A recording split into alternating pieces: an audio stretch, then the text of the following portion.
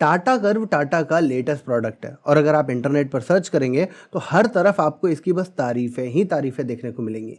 पर क्या ऐसा हो सकता है कि किसी गाड़ी में कोई प्रॉब्लम ही ना हो? और ख़ास तौर पर टाटा की, जहां पर हमेशा से ही इलेक्ट्रॉनिक से रिलेटेड इश्यूज रहे हैं या फिट एंड फिनिश से रिलेटेड इश्यूज रहे हैं। तो आज की इस वीडियो में मैं आपको इस गाड़ी के 20 ऐसे नेगेटिव बताने वाला हूं जो आपको ईवी से रिलेटेड होंगे या फिर पेट्रोल इंजन से रिलेटेड होंगे, साथ ही आपके ड्राइविंग एक्सपीरियंस को ख़राब कर सकते हैं और डे टू डे में तो प्रॉब्लम दे ही सकते हैं। तो ऐसे 20 पॉइंट्स के बारे में आज बात करेंगे, तो इस वीडियो को एंड तक जरूर देखें।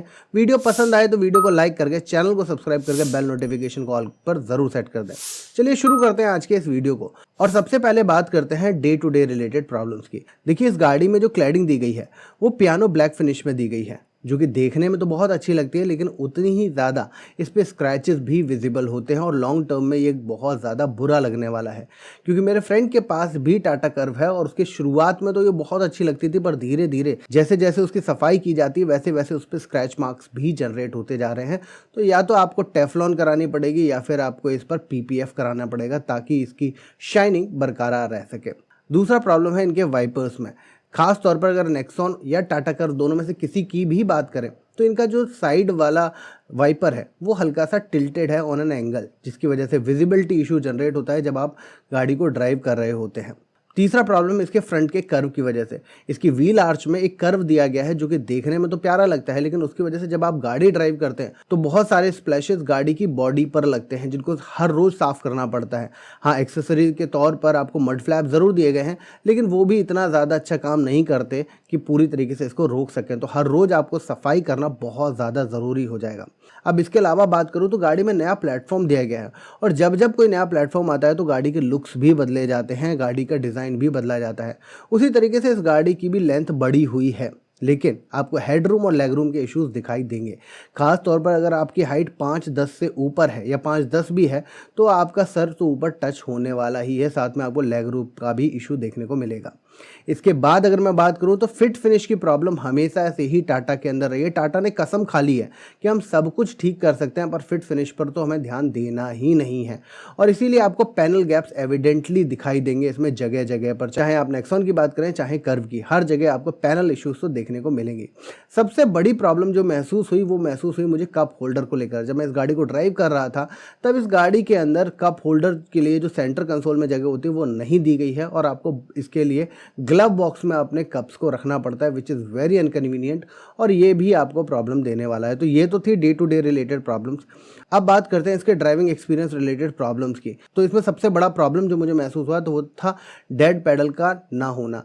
अब मेरे फ्रेंड के पास जो गाड़ी है वो पेट्रोल यानी कि आईसी इंजन गाड़ी है, तो मैं नहीं कह सकता कि ईवी में ये डेड पैडल दिया गया या नहीं दिया गया, बट उसकी गाड़ी में डेड पैडल मिसिंग था, वो भी सेकंड टॉप वेरिएंट था, जो कि बहुत अनकंफर्टेबल होता है, खास तौर पर अगर आप इसे क्रूज कर रहे हैं तब। दूसरा प्रॉब्लम जो है वो है ए पिलर का बहुत ज़्यादा मोटा होना। चाहे आप नेक्सॉन की बात करें चाहे आप कर्व की बात करें, इनका ए पिलर काफ़ी मोटा होता है और वो अच्छा भी है, सेफ्टी रीज़न की वजह से इसको थोड़ा थिक बनाया जाता है, लेकिन उसकी वजह से विजिबिलिटी का बहुत ज़्यादा इशू रहता है। तो आपको जब भी आप गाड़ी कॉर्नरिंग कर रहे होंगे, मोड़ रहे होंगे, तो आपको खास तौर पर ध्यान देना है कि आगे पीछे से कोई गाड़ी तो नहीं आ रही है, इस बात का ध्यान देना ही पड़ता है। अब अगर इसके अलावा मैं बात करूं तो रियर विंडशील्ड जो दी गई है वो साइज़ में छोटी है और सिमिलर इशू आपको फ्रंट्स में भी देखने को मिलेगा। इसकी वजह से लुक्स तो इंप्रूव हो जाते हैं, पर ड्राइविंग एक्सपीरियंस में इसका बहुत ज़्यादा खामियाजा भुगतना पड़ता है, जो कि बुरा लगता है। इसके अलावा इसके सस्पेंशन सॉफ्टर साइड पर है।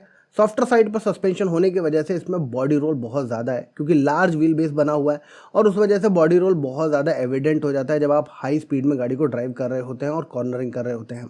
इसके अलावा कुछ और इश्यूज़ भी हैं जो कि ड्राइविंग के टाइम पर ही आपको परेशान करते हैं, लेकिन वो प्रॉब्लम गाड़ी के इलेक्ट्रॉनिक्स की वजह से, जैसे कि गाड़ी में जो एसी के कंट्रोल्स दिए गए हैं वो टच इनेबल्ड है और वो अपने आप एसी में पता नहीं कौन सा एआई दे दिया है टाटा नेक्सॉन ने, जो दिमाग के अंदर पढ़ लेता है कि टेम्परेचर अपने आप बढ़ना है या घटना है और वो टेम्परेचर अप डाउन होते रहते हैं, जो कि थोड़ा अनकंफर्टेबल होता है गाड़ी को ड्राइव करके बार बार एसी के टेम्परेचर्स को सेट करना।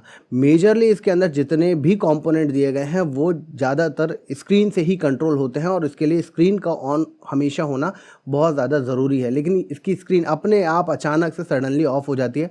उस कंडीशन में गाड़ी को साइड में पार्क करो, गाड़ी को बंद करो, गाड़ी को रीस्टार्ट करो, तब स्क्रीन इसकी वापस से स्टार्ट होती है। तो ये एक ऐसा प्रॉब्लम है जो ड्राइविंग एक्सपीरियंस को बहुत ज़्यादा ख़राब कर देता है।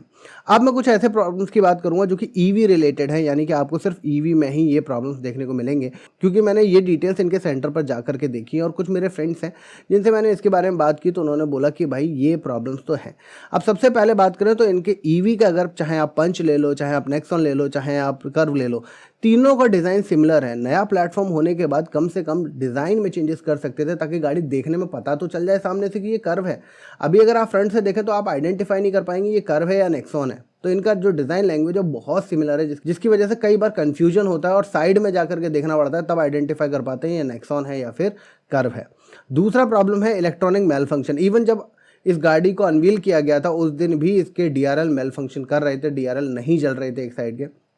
और उसके अलावा सबसे बड़ा प्रॉब्लम है कि चलते हुए इस गाड़ी का कभी भी चार्जिंग फ्लैप ओपन हो जाता है और बंद हो जाता है, जो कि बहुत ज़्यादा अनोइंग है, जो कि नहीं होना चाहिए। तो ये एक मेल फंक्शन तो इस गाड़ी के साथ है ही। एक और बात है कि इसके जो चार्जिंग सॉकेट दिया गया है वो फ्रंट में दिया गया है टाटा के लोगो के नीचे। अब इसमें प्रॉब्लम ये है कि अगर मान लीजिए आपका एक्सीडेंट होता है, भगवान ना करे एक्सीडेंट हो, बट अगर एक्सीडेंट हो जाता है तो उस कंडीशन में फ्रंट में इम्पैक्ट आएगा ही आएगा। और अगर हल्का से भी इम्पैक्ट आया तो चूंकि ये इलेक्ट्रॉनिक कंपोनेंट है, ऐसी कंडीशन में अगर मोटर ने काम करना बंद कर दिया या कहीं पर ये फ्लैप अटक गया तो आप चाह के भी चार्ज नहीं कर पाएंगे, चाहे आप रोड पर खड़े ही क्यों ना बने रहें। तो ये एक और ऐसा प्रॉब्लम है जो कि मुझे लगा कि ऐसा नहीं होना चाहिए। एक और प्रॉब्लम है ईवी को रिलेटेड, जो है कि स्लो चार्जिंग। देखिए जनरली जितने भी यूज़र्स होते हैं वो ईवी को अपने घर पर चार्ज करते हैं, क्योंकि मार्केट में जो चार्जर्स हैं अगर उनसे चार्ज करोगे तो कॉस्टिंग में आपको कोई ज़्यादा डिफरेंस रह नहीं जाएगा पेट्रोल वर्सेस ईवी में। तो आप घर पर इसको चार्ज करेंगे और 15 एम्पियर का जो स्टैंडर्ड चार्जर होता है उससे 21 घंटे का टाइम लगता है इस गाड़ी को चार्ज होने में। और इसी वजह से ये इसका सबसे बड़ा कॉन हो जाता है, क्योंकि टाटा ने तो कह दिया कि भाई 40 मिनट के अंदर गाड़ी फुल चार्ज हो जाती है अगर आपके पास 70 वॉट का चार्जर हो। पर 70 वॉट का चार्जर आपको कहीं मिलेगा ही नहीं। बहुत रेयर केसेस में आपको 70 वॉट के चार्जिंग स्टेशंस मिलेंगे।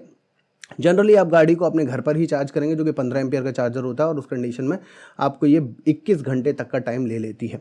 अब बात करते हैं पेट्रोल इंजन से रिलेटेड इश्यूज़ के। तो ये गाड़ी वैसे तो 1.2 लीटर टर्बो चार्ज इंजन के साथ आती है, जो कि काफ़ी अच्छा है, पर गाड़ी का वेट भी ज़्यादा है तो उतना ज़्यादा मज़ा आता नहीं है इस गाड़ी को चलाने में। हाँ, अगर इसका ईवी वेरिएंट लेते हैं तो डेफिनेटली उसका टॉर्क बेटर है, पर 1.2 लीटर का जो टर्बो चार्ज इंजन है उसमें टॉर्क की कमी महसूस होती है। इसके अलावा ये चूँकि टर्बो चार्ज इंजन है तो अगला प्रॉब्लम आ जाता है टर्बो में लैग से रिलेटेड, यानी टर्बो लैग जो है इसके अंदर वो बहुत एविडेंट है, चाहे आप कोई भी वेरिएंट उठा करके देख लो। और last but not the least, ये वाला जो प्रॉब्लम है ये मुझे बहुत ज़्यादा अनोइंग किया था जब मैं गाड़ी ड्राइव कर रहा था, वो है इसका जो गियर सिस्टम है, यानी जो नया ट्रांसमिशन सिस्टम है वो बहुत नॉची है और ख़ास तौर पर सिटी ड्राइव में बार बार गियर शिफ्ट करने में बहुत प्रॉब्लम जनरेट करता है। तो ये वो प्रॉब्लम्स है जो टाटा नेक्सॉन के साथ एग्जिस्ट करते हैं, जिनके बारे में लोग बात नहीं कर रहे हैं। और ऐसे प्रॉब्लम्स 19-20 लाख की गाड़ी में नहीं होने चाहिए, क्योंकि अगर ये 19-20 लाख की गाड़ी तो इसका कंपैरिजन डेफिनेटली क्रेटा के साथ होगा या फिर सेल्टॉस के साथ होगा। तो इस रेंज की गाड़ियों में जो प्रीमियमनेस मिलती है वो टाटा की इस गाड़ी में मिसिंग है। हाँ, दो ये गाड़ी बिल्कुल इंडियन लैम्बोर्गिनी बना दी गई है, एक स्पोर्ट्स कार की तरह बनाई गई है, लेकिन ये एक्चुअल में स्पोर्ट्स कार वाली फीलिंग दे ही नहीं पाती। तो ये प्रॉब्लम मुझे इस गाड़ी के साथ महसूस हुई है। अब आपका इस पर क्या ख्याल है आप कमेंट बॉक्स में ज़रूर लिखें। अगर आप इसके यूज़र हैं और आपका भी कोई ऐसा फीडबैक है जो कि आपको बताना चाहिए तो कमेंट बॉक्स में ज़रूर बताइएगा। मैं उम्मीद करता हूँ वीडियो पसंद आई होगी, तो वीडियो को लाइक करें, अपने दोस्तों के साथ शेयर करें। ऐसे ही और कार से रिलेटेड वीडियोस को देखने के लिए मोटोवर्स चैनल को सब्सक्राइब जरूर कर लें। चलिए मिलते हैं अगले वीडियो में, तब तक के लिए अपना ख्याल रखिए, स्वस्थ रहिए।